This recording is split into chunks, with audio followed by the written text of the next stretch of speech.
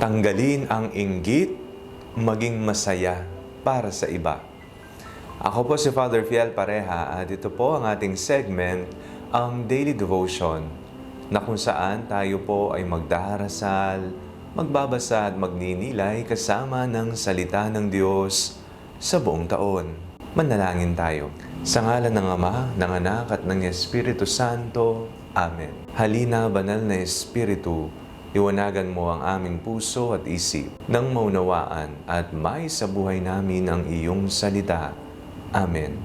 Our Bible passage for today is from the Gospel of St. Matthew chapter 13, verses 54 to 58, and I read it for you. He came to his hometown and began to teach the people in their synagogue, so that they were astounded and said, "Where did this man get this wisdom and these deeds of power? It's not this the carpenter's son? Is not his mother called Mary? And are not his brothers James and Joseph and Simon and Judas? And are not all his sisters with us? Where then did this man get all this?" And they took offense at him. But Jesus said to them, "Prophets are not without honor except in their own country and in their own house." And he did not do many deeds of power there because of their unbelief. Kinainggitan ka na ba? Ano ang naramdaman mo nung nakita mo, naramdaman mo na may taong hindi masaya sa mga accomplishments mo, sa mga nararating mo sa buhay, kung paanong ngayong panahong ito, nakukuha mo na ang pag-asenso at pagginhawa sa buhay.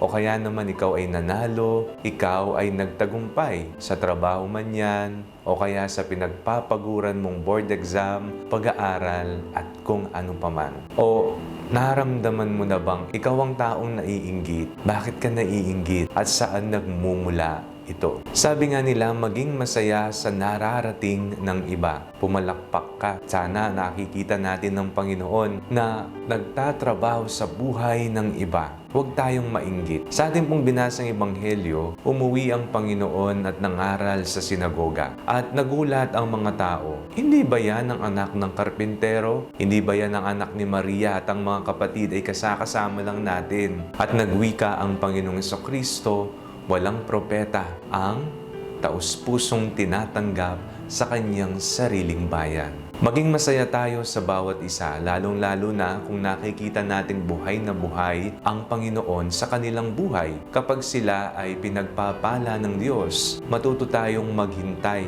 para sa turn natin, sapagkat ang Panginoon ay nagtatrabaho batay na rin sa kanyang sariling perspektibo, sa kanyang sariling panahon. Alam ng Diyos kung kailan natin kailangan ng isang bagay. Kaya naman, tanggalin ang inggit. Yan po'y nakakapangit. No? Hindi po yan maganda sa ating pag-uugali. Hindi yan likas sa atin.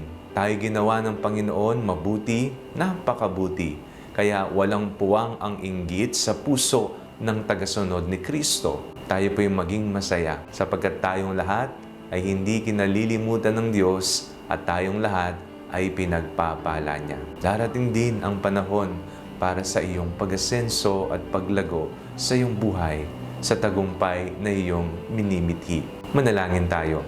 Panginoong Jesucristo, maging masaya nawa kami sa tagumpay ng iba. Huwag na huwag po niyong hayaang lamunin kami ng inggit, bagkus kami ay magpasalamat sapagkat nakikita naming buhay na buhay ang iyong mapaghimalang kamay. Amen.